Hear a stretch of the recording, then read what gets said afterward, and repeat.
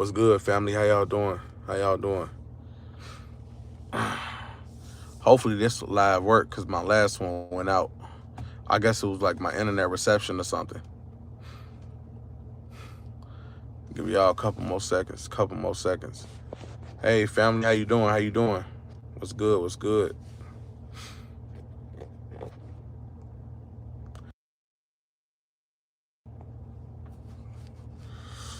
Oh my God. Oh, shoot.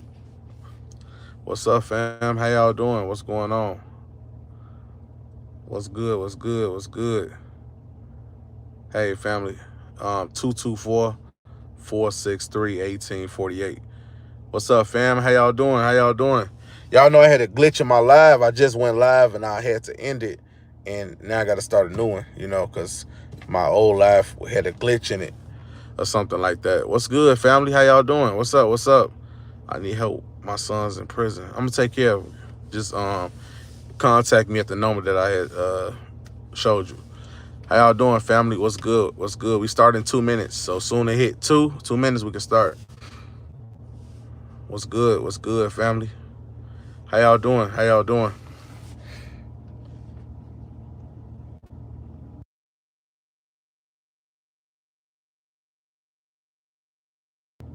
What's good? What's good, family? Bro, do you know anything about wholesaling houses? I'm familiar with it. I'm very familiar with it. I'm very familiar with it. I actually can bring it up later on in this live, and we can talk more about it. Hold on, family. How y'all doing? How y'all doing? I'm giving like 6 more seconds. 6 more seconds, fam. How y'all doing? How y'all doing?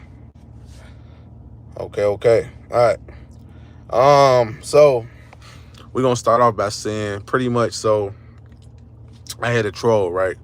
He had commented on one of my videos, right? But actually, this is something that I actually wanted to explain to him, right? So a person asked me, is this a right time to purchase in the market, right? So say if a person want a home, they said, man, this is the peak of the market. This is the peak of the market. And I'm gonna tell you this, no, it's not. And people might say, why you think that? Because it has a lot to do with the area you pick, and it also has a lot to do with how you buy, right? So most of the times where you will see a person who purchasing a home or having struggle purchasing a home, they usually try to buy a home literally in the middle of where they already have everything established. I mean, like the stores, everything like that, the whole community established. That's like me buying and purchasing a house directly in Beverly Hills, right? Of course, it's gonna cost a lot, and it might feel as though it's at the peak of the market, right? So, what happened to me in my case and how I bought a home, right? I bought a home in an upcoming community, right? One of the fastest growing cities in the country, right? So by me purchasing a home in one of the fastest growing cities in the country, I purchased my home in an area where no house ever lived, meaning the whole entire community is brand new built. So I've been through this situation before. So when I lived in Florida, I lived in an area called Lake Nona, right? And behind our building, you literally had over about 200-300 lots, right? And now the prices that they wanted, right, was 420, 300, two. Some you can find late 200s, 500. You get what I'm saying? And these are top-notch houses. These are top quality houses, right? And so, once the neighborhood got completed, the same community, right, that you can go to today, the same houses that they showed me, they want like 700 and some thousand. You get what I'm saying? So people got to understand it has a lot to do with where you buy at. It has a lot to do with location primarily, and it has a lot to do with the house, and it got a lot to do with the safety of the people. Because most people, remember, you paying for safety. You're not necessarily just paying to live in a beautiful home. You're paying for the house, you're paying for the area, and you're paying for safety. Because you don't want to live in an area where you're not comfortable in. You don't want to live in an area where it's questionable. You never want to live in an area where you have to risk your life. So of course it's gonna cost more. But it depends on exactly what you buy at is what gonna determine everything. right? So I didn't pick a house or pick an area that I feel as though that will lose value itself. Because, you know, when I purchased the home and everything like that, I purchased the home on an oversized lot. Meaning the people who sold me the house, right, Perry Homes, which is my builder, when they sold me the house, they sold me an oversized lot. Realistically, they didn't want me to purchase the home at first. Now, because remember, when they sold me the lot, all of the lot size that they gave me originally, they can actually, instead of selling the house to me for 440,000, they might could have sold it for 508, 509,000, right? And so, you know, to them that was a loss on their end, but it was a win to my end. So, you know, when I bought it, it's not like, you know, just buying the house. It was how I bought, how I bought the house, what all came with the house, what advantages do I have, right? Now, I will explain this in another video, right? It's just not really about the house, right? I had a personal agenda to attack, and one of the personal agendas is to buy a home. And like I always said, that has a lot to do with my credit journey and where I want to go, right? And so people might say, okay, how do buying a house give you a lot of money? It's not about you getting a lot of money. It's all about your credibility.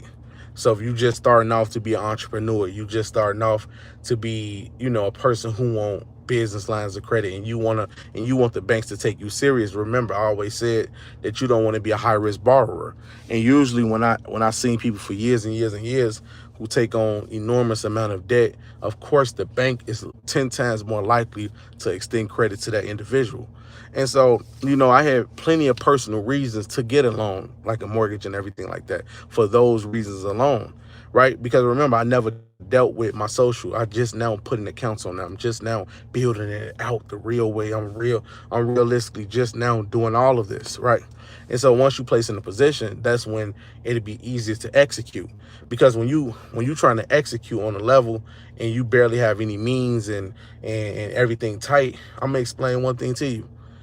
Most businesses gonna fail because they not getting loans. They not getting lines of credit. They not getting anything to help them to assist the company. So yeah, some people might get $1,000 credit card, but what that's gonna do? People got to rent. People got mortgage payments. People got this. People got an entire family to feed, and you talking about $1,000? That's not gonna do anything for them. That might can help a teenager who live with their parents and who don't never have to worry about a bill, and they just decide that they want to be entrepreneurs. That makes sense. But to a fully grown person, that's not going to help. And when I looked over, like, lending criteria and how banks lend, and when I start looking through stuff like that, I'm like, what? It's very easy to attack the system in so many ways. It's so many ways to be creative. It's so many ways to be more articulate when it comes to lending. It's very easy to win. You get what I'm saying, family? So that was one of my main reasons of buying the house. Like I said, it wasn't just about the house. It did plays a role, because I'm gonna tell you something, right? One of the reasons why I did bought the house, right? Because I always told people that, quote unquote, I'm a convicted felon.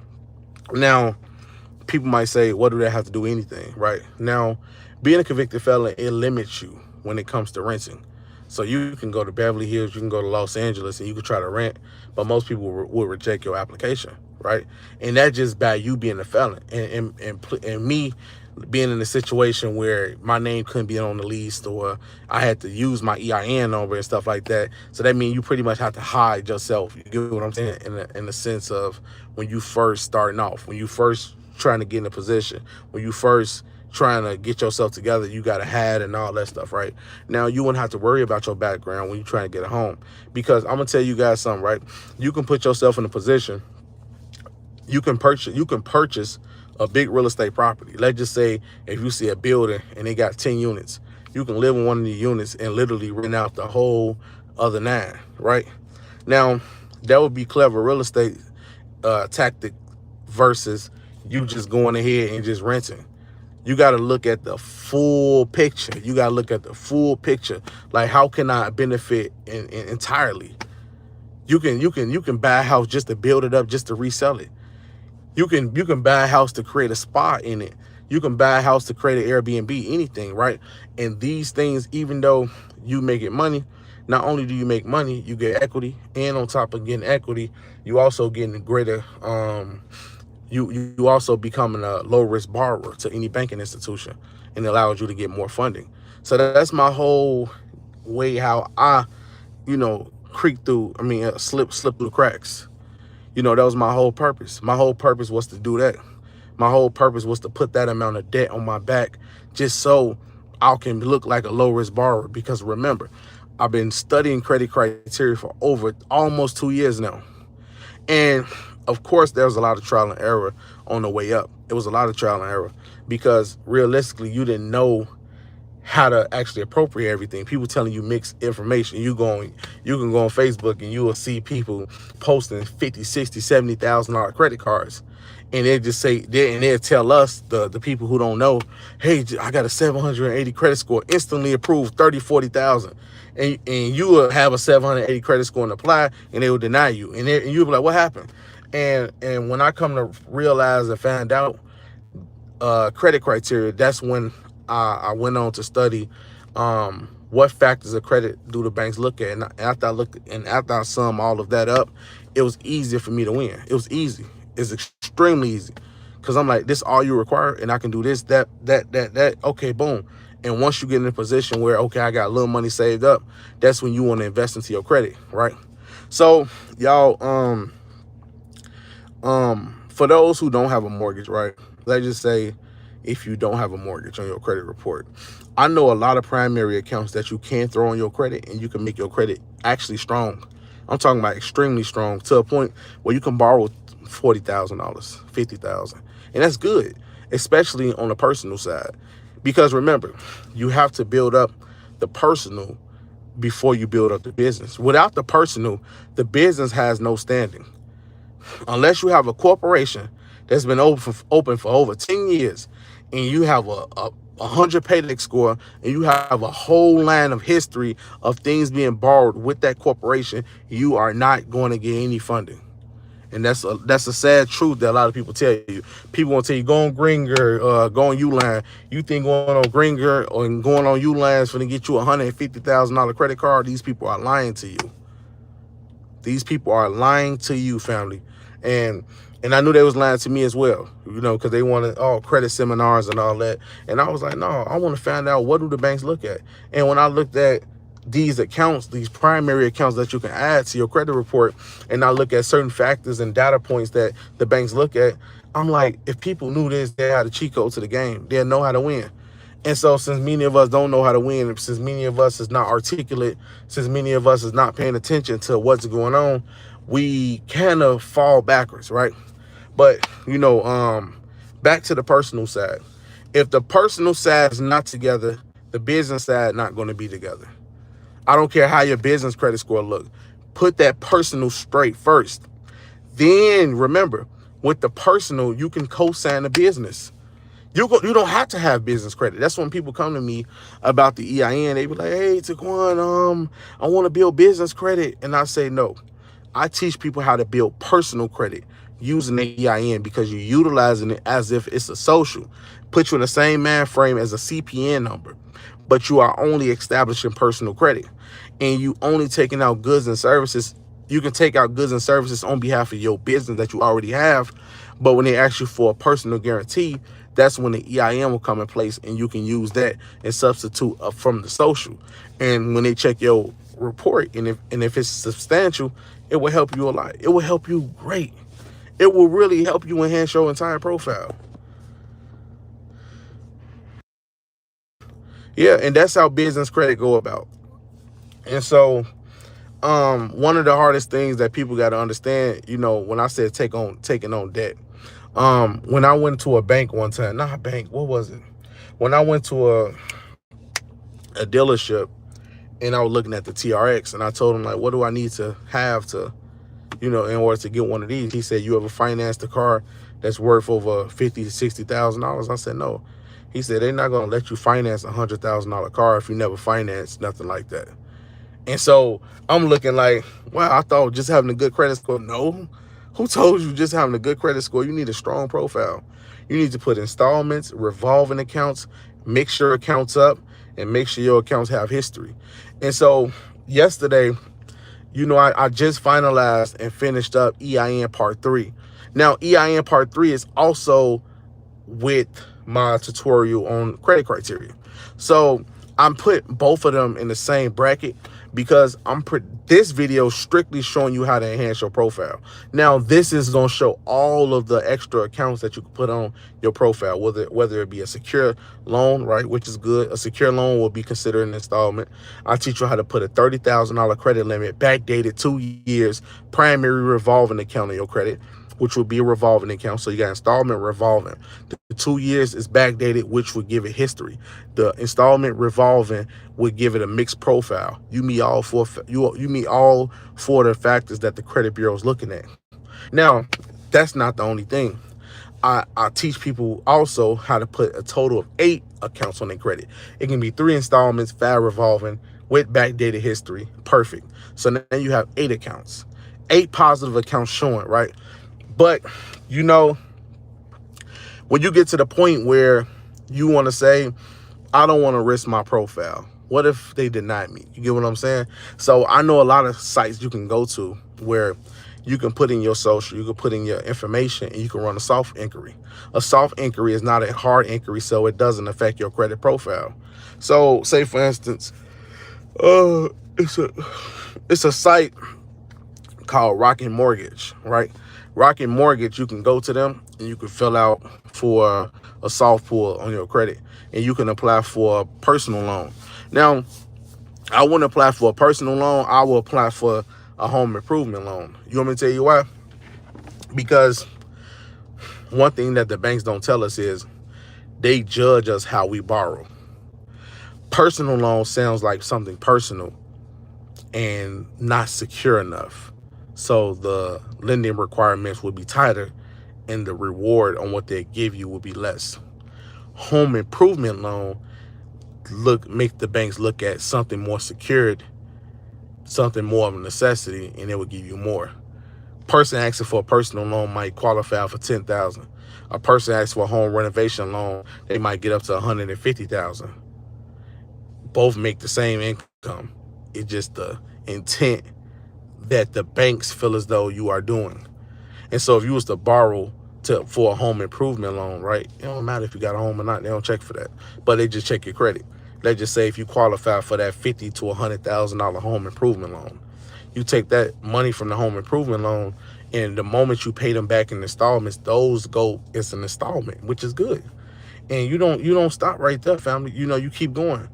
And so the troll, he had asked me, he was like, we in economy right now. Hold on, family, hold on. This is actually finna get deep. We about to get real deep right now, family, because hold on one second.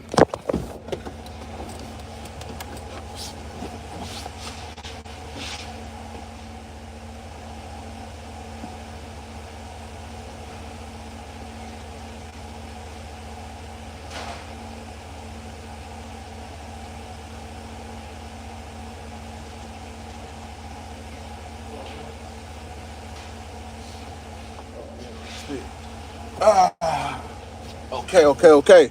All right, family. So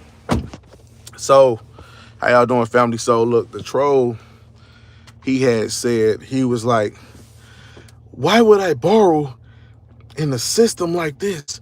Everything is crashing. Everything becoming more expensive. Why wouldn't you borrow in a time like this? Why would you work for a dollar that is losing value every second? Why would you work and you can borrow anything unlimited? There's no limitation to what you borrow. But like most Americans, when they get the money, they run straight to Saks Fifth. They get the money, they runs to the Apple store. They get money, they run to the game store. They run here, they run there. They didn't run to one property area to get a property just to borrow against it. They just run straight directly to be a consumer. So you still have to understand how to utilize the system, even though it's easy to use, it's easy to make money, it's easy to get as much credit as you like, but you still have to have common sense. You cannot be an idiot going out here just doing anything and just trying to get a quick come up. You got to be strategic. So if you borrow 50 to 100,000, don't do nothing stupid with it. Your goal is not to do anything stupid. At least capitalize off of it. At least build yourself up till you get $500,000 and then do whatever you want to do. But put yourself in a real comfortable position first. Put yourself in a real comfortable position where you are networking, you doing this, you doing that, and learn how to borrow, but learn how to utilize that to buy assets. Family, use that to buy assets. If you're gonna borrow 150,000, you should take 10% of that, and so 150,000, 15,000. Go ahead, buy you a Ram TRX and rent it out every day and make $300-400 a day. And you possibly can make $12,000 a month off one vehicle, and that $12,000 a month off one vehicle can put you in a position where you paying back the TRX, which would be like a $22,000 note. You paying for the insurance, and on top of that, the money that that you took out, the 15,000, you paying the monthly installments back to that. So now your money working for you. So that was just easy. Or you could just say, skip it. I'm gonna buy property. Let's just say you bought like a hotel, not a hotel, but like a apartment complex, and you put 10% down. You got tenants. You go through cross country mortgage, go conventional, and you decide to put that down as a payment, which would be good. Instead of you probably put $50,000-60,000 down. You might make positive cash flow of, I don't know, about $20,000 a month. Who knows? $20,000 a month. So if you make $20,000 a month and you paying back the principal on a loan, and you paying back the mortgage loan, and you walking away with what you walking away with, you just put your money inside of an investment. You get what I'm saying? So you gotta know how to use the system. Of course, you can't be an idiot. And so people might say why people are struggling. People are struggling financially because they don't understand how banks work. And then also, a lot of people don't tell them how money works a lot of times too. So we've been under the concept for years and years, you can only make money through another person, and that's not true at all. I know how to make money, and I don't need a customer. I know how to make money, and I don't need no one to buy anything from me. ain't that's how it's supposed to be? Just imagine if everybody knew that. And so when you say a crash, I'm like, it can't really be a crash if you just understand the system. A system is the bank, the Federal Reserve, the credit system. It's a system. So if I learn how to use it, manipulate it to my advantage, manage money, manage credit, pay on time, you can literally set up an entire monopoly around this whole thing and put yourself in a position of everything going in your favor. Like you literally, I know ways right now where you can take you can go online, you can get a blueprint, and you can put 5% down towards that build of that home. And you can build the home. Let's just say if you built the home at 100,000 and it costs, and the whole amount of the house is worth 200,000, and you could borrow 100,000 from the house, and you can live in that same house the one you just borrowed against. Or you can put that, even if you wanted to put it as an Airbnb to make more money, you can. But let's just eliminate the Airbnb. Even if you kept that, right? You take that $100,000 out and you got another house built. You built 5, 6, 7, 8, 9, 10 houses. The thing about it, this is what people got to understand. You never run out of debt. Billionaires understand this. Poor people don't. Some people think it's Apple trying to get out of debt. No. Is America trying to get out of debt? No. Why are you trying to get out of debt?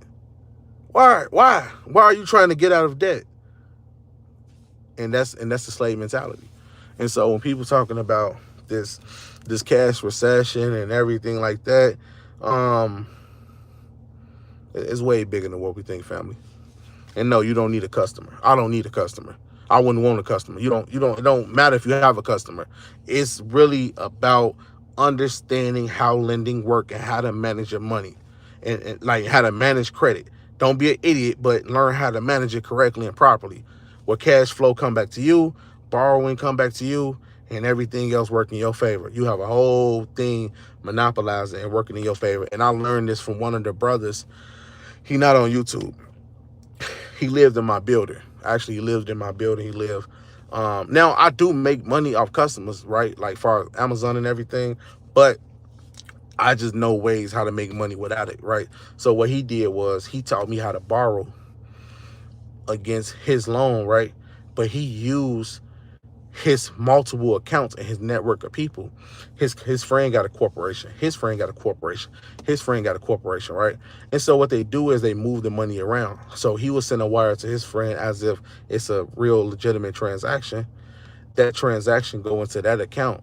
So by that transaction constantly going to that account, he would take that, right? He would go through a hard money lender, and the hard money lender would give him more capital based upon what's coming in. But the whole time, they utilize each other because he have another account that's feeding the first one, that's feeding that one. And when he have that whole monopoly running, he's constantly borrowing against his company all the time. So he might borrow 30,000 at first. He borrows 60,000. Now he in a position where he borrow 150,000 because you only have to pay up a certain amount so you can refinance and get more. So if you borrow, let's just say a business line of credit or a business loan, you could take out a business line of credit. Let's say if the business line of credit is 50,000. Now you borrowing against it, you paying it back. Let's say if you paid up to 10% of the principal, 10 to 20% of the principal, 20% of 50,000 is $10,000, right? But with interest and all that, probably 15, 16,000. Okay, cool. You pay 15, 16,000. Now your line of credit increased from 50 to 100,000. So 20% of 100,000 is $20,000 towards the principal. And as you constantly paying the finance charge, the bank is willing to give you more. And not only do you have that to work with, you also got to understand that is reporting on your credit as well. So it might be reporting on the business side, but your personal is there. So you might have an excellent personal profile. So you taking that money, right, from that business and everything like that, and now you going to another institution and they giving you the same thing. You started with the 50,000, you going up to the 100,000, but the entire time you are using one institution money to pay off the debt from another institution, and using that institution to pay off debt from another institution, and you are using buying real estate to pull equity from that bank. Equity from that property to borrow against that. So your entire existence is borrowing. So that was my take. That was my whole take. Now, some people might say, okay, when does it stop? Never. It never stops. It never stops. It never stops, family. It never stops. It continues to go until you cannot borrow no more. And it will be impossible not to borrow after you are 100% worthy of payments. After you are 100% well equipped and well prepared to actually pay the companies back. Why would they stop lending you? Why would they stop lending to you? It wouldn't make no sense. They would continue to lend to you. And not just that institution, multiple institutions, multiple banks, multiple. And that's it, you know? And now if you do got an idea, take off with it. But I'm just saying the reason why most of society is failing, like financially, because they don't understand it. You got people online telling people get out of debt, sound like some damn fools. But I'm gonna tell you the bad debt. College loans, student loans, yes, that's bad debt. That's bad. That's extremely bad. And honestly, I will agree with that. If you have student loan debt, that is bad. You know, anything else, you got to learn how to use it. So my whole goal is not to get a car, but my goal is to make sure I'm in a position to borrow, like I did with the EIN. But the EIN I took off, but the social, I'm really that's going to 10x that EIN. That's going to 10x. I'm going to 10x that. Because the EIN, I was able to borrow 136,000, right? And that's one of them. The second one, I was able to borrow up to like 50. The third, but the social is going to be a whole nother thing, because the social is my number. But the thing about it, you can't mess up when you dealing with the social. You can't mess up. You got to be on point. You got to hit everything. You got to make sure that everything is accurate. You got to make sure that you on point.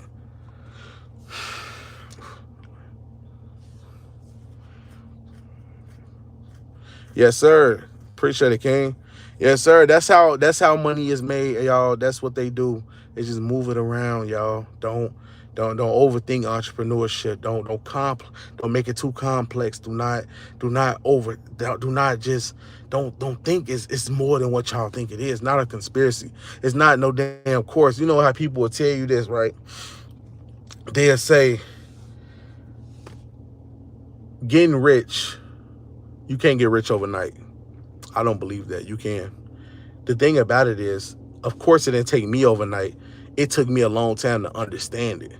But if this information transferred to a person who want to do it, but they don't know where to go, they can get rich faster than me, because I had to study. I had to understand what's going on. I had to put myself in those positions in order to, like, okay, this is what's going on. So if I tell a person who's 18, 19 years old, you give them by the summertime, they'd be borrowing 50,000 to 100,000. While everybody else is working in warehouses, he borrowing $100,000 playing with it. And he borrowing some more money. He borrowing more. He borrowing more. While everybody's going crazy over student loans and student debts, this man has borrowed 300,000-400,000 and purchased 3-4 properties and got 4 properties built already and borrowed against that. He did all of that in that whole time. And then if you want to sell the property, which he can sell it. That's when a customer will be included.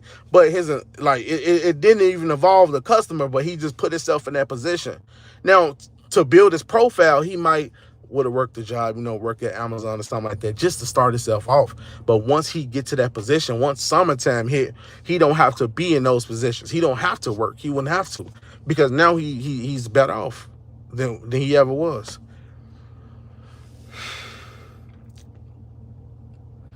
Yep. Can this work with an e-commerce business? Of course. That's what I do. I sell online. I got a course where I teach people how to sell on Amazon. Amazon is extremely easy to sell on, but I will tell you this. You just got to be very articulate.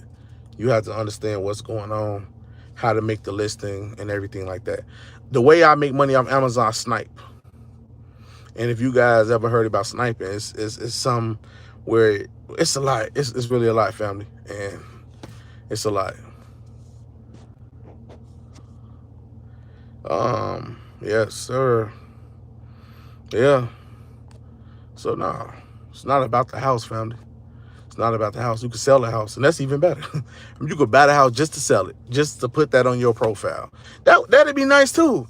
If you bought a house and it's worth more than what you purchased it for, which it does, and you decide to sell the home, that goes on your credit report as paid off. You paid off an entire house, and it's on your credit report. Oh, you finna really have fun. Because now, since you sold the house, your debt to income look perfect, because remember, by you selling the house and you don't have any other debts. So now you go to the bank and want to get a business loan. Now they're going to give it to you. How much do you need, sir? I need 200,000 done. Here you go. What can y'all do with 200,000? Right now, I want you guys to comment. If Chase Bank give you 200,000 on an unsecured business line of credit, I mean, you can get the whole 200, because a business line of credit works where they put all of the money inside of an account. Anytime you want to make a withdrawal, you go up there to the counter and you just make a withdrawal. And so the withdrawal, every time you withdraw, say if you withdraw 5,000, you pay interest on what you withdrawed.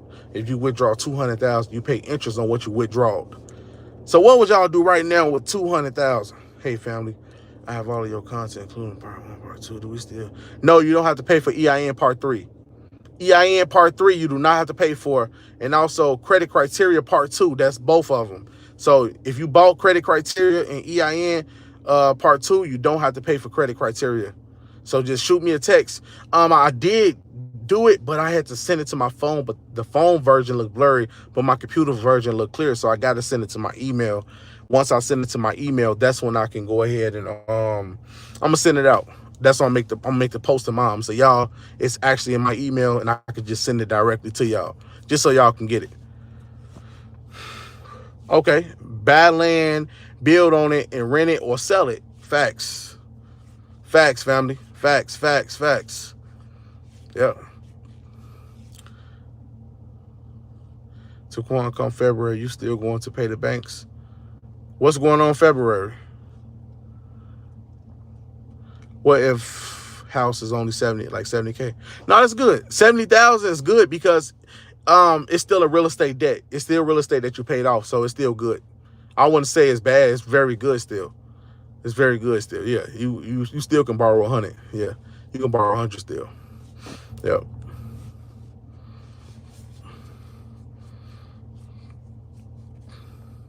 Especially if you got other accounts on your credit, like a car loan, and you got some credit cards you had for a few years and all that. Yeah, yeah, you can grab some. You know. Uh, okay, will credit rise so I can get a loan of 200,000? Yeah, but it's not really your score; it's your profile. So that's what they're looking for. They're looking at your profile. What is on that profile? Because remember, Chase giving you guys a loan up to 250,000. You don't even have to show documentation. You don't got to show how much you make and nothing. You can tell them I make $1 million a year. They have to take your word for it. Only thing they're looking at is your personal credit profile. The banks is getting thirsty to lend. That's why I made the video early. They get thirsty to lend. They have so much money to just give out, and no one want it. No one going to the banks and getting it. Like, people go online and they tell you how to see, like, people go online and say how you can make $1 million, right? But this is one thing that entrepreneurs fail to realize. You can get rich, right? By doing business ventures, starting new businesses, doing this and doing that, right? That's good. But this is one thing people fail to realize. You still have to finance and pay for your day-to-day life. And it's extremely hard to finance and pay for your day-to-day life if you are worrying about a job and a business. But even if you quit your job, you still got to pay bills. You still got to do stuff like that. So that's how a lot of people get confused at it. So that's why I would say, I want you to learn this. I want you to learn how to borrow money to take off on your business. So to most people, this might not be the end all be all. Some people might say, man, I want to start a shoe company. I want to start a clothing line. Okay, but I'd rather you start a clothing line with $100,000.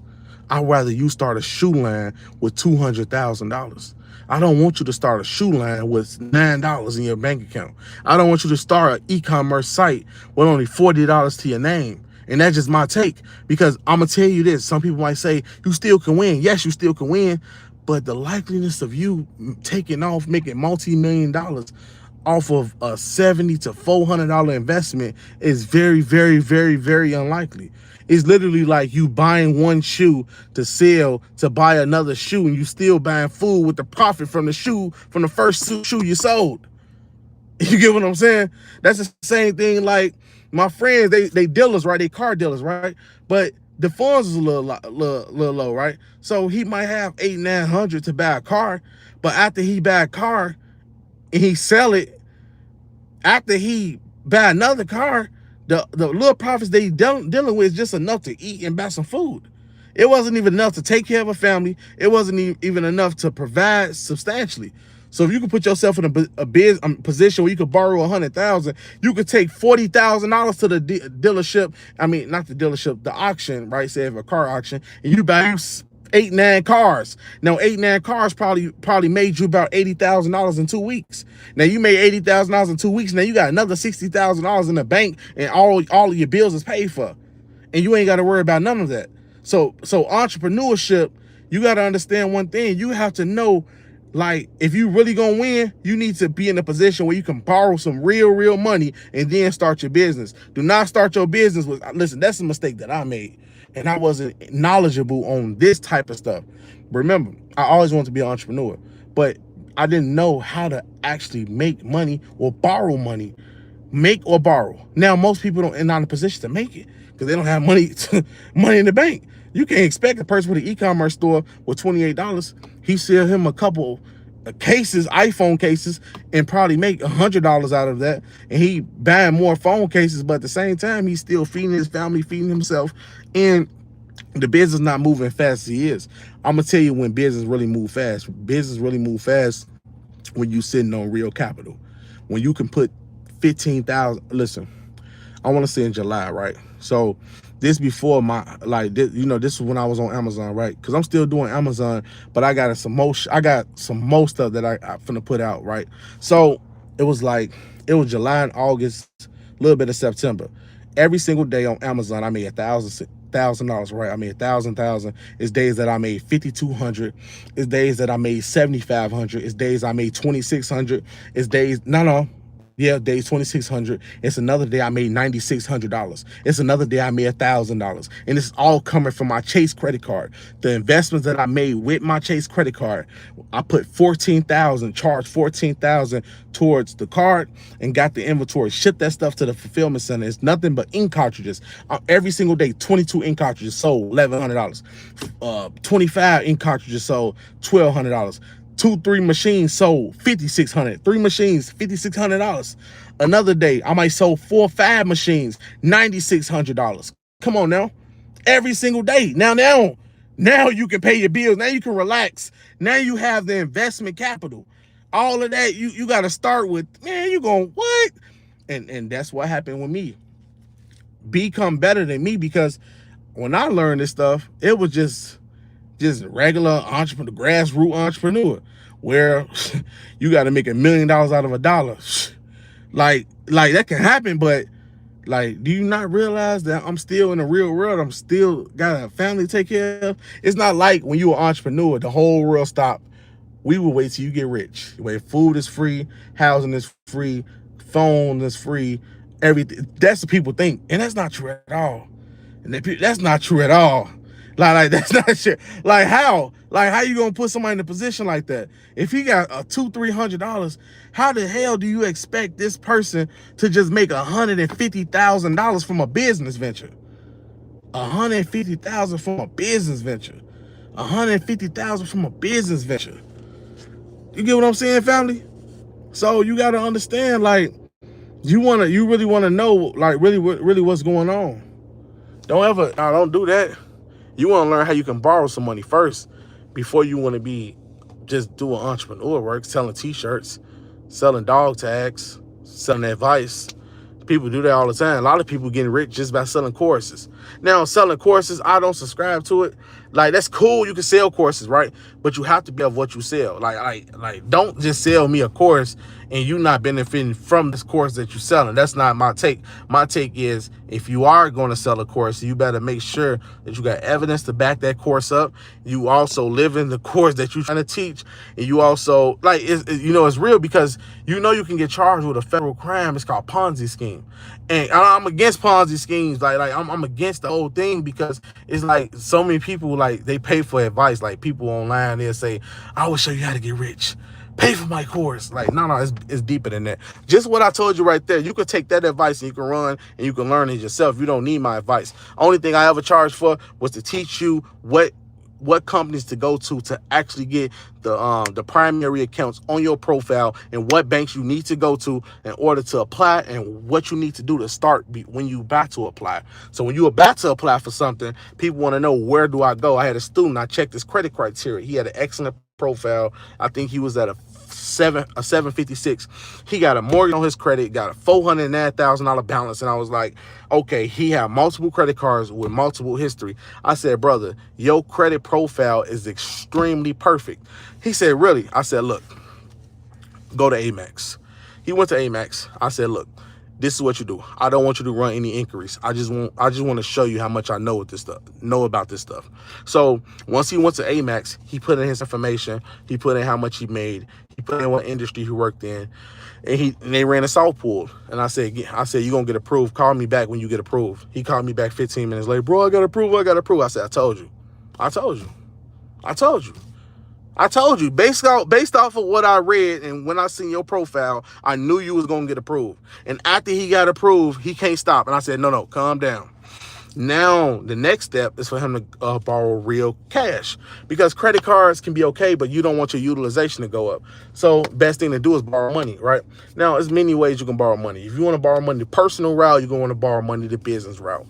Now, me personally, I would say it's good to start with personal. It's good because you can get almost the same thing. Like Like, remember I was telling you guys about the company Lightstream, right? Lightstream, you can borrow $100,000 without tax returns. Like, when you go over a certain threshold, of course they gonna require tax returns. They'll say, oh no, we need tax returns. You want to borrow 150,000, we need tax returns. But if you want to borrow 50, 60, 75,000, good. And that's only stated. That's only what you're telling them. So if you say, hey, I make $90,000 a year, even if you exaggerate it just by a little bit, and you ask to borrow 75,000, you in on your credit report it's showing a $409,000 mortgage, and he have barely any inquiries. They run TransUnion. They don't run any other credit bureaus. They run TransUnion, and they check his TransUnion credit score. They're going to give it to him. Now I'm gonna tell you something. The interest rate is extremely high. It is 17%, right? But 17% is bad, but good at the same time, because this time you are borrowing liquid cash. You're not using a credit card. So with the liquid cash, they deposit it right in your bank account. They wire it directly to your bank account, Lightstream, right? So when they wire it to your bank account, shit, do what you got to do with it. So if you want to say, hey, what else do I want to do with it? Maybe add some more installment accounts on your credit. Put yourself in a position where you hire a CPA, get your tax documents organized.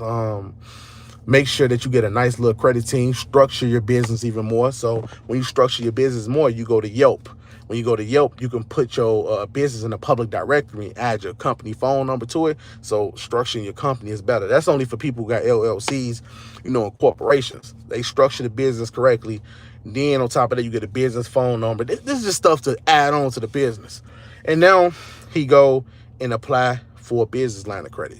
So after you hit the personal, you got to hit the business. You can't go without hitting the business, right? You hit the business, boom, they give you another 75,000, 75, 150. Interest rate might be way less because you're dealing with business credit, but it doesn't stop there. It does not stop there. It does not stop there. It don't stop there. It's way more to get. It's way more to get done. Way more. And I'm gonna tell you guys something. This is something that's even better. When you borrowing on the personal side, you can use the funds in that personal account, and you can send an ACH payment directly over to the business. And people might say, why is that important, right? Because you can send an ACH as if this is payment history, and you can upload those statements and you can send it directly to your bank. Like, say if you're trying to get a business loan or whatever, and they look at your credit report and they see those ACH payments getting deposited. You put 10,000, 15,000, 20,000, and you going through the process where they just having you do like stated income. Like you make this amount of money a year, but they're looking at your statements and it's showing something good, right? So now they more likely is going to give you what you ask for. So if you ask for 100, they give you 100. You ask for 150, they give you 100, 150. Now they do got a cap in most banks, right? So most banks won't let you go over like Chase. They don't let you go over 250 without stated income. Wells Fargo don't let you go over 350 without stated income. I mean, doing stated income, they don't let you go over 350. So you just find out the cap of that company, and you try to get to the max before you have to produce tax returns. Now, eventually, when you borrowing so much money and you buying real estate, then you get you a CPA. She get your tax documents written out good, and she making sure that you good and everything going how it's supposed to go. Then you can show stated income. Like, oh, I make $400,000 a year. Here go my business tax returns. They taking those business tax returns into consideration, underwriting, checking in. They checking your personal credit report. They already see on your business side you already borrowed $150,000. You 100% payment history on that $150,000. Now they're allowing you to borrow $250,000. Now you take that and you just continue to play with it just like that. That's it. But all right, I'm out, family. Peace and love to everybody. I'm gone. Peace and love, family. Peace and love.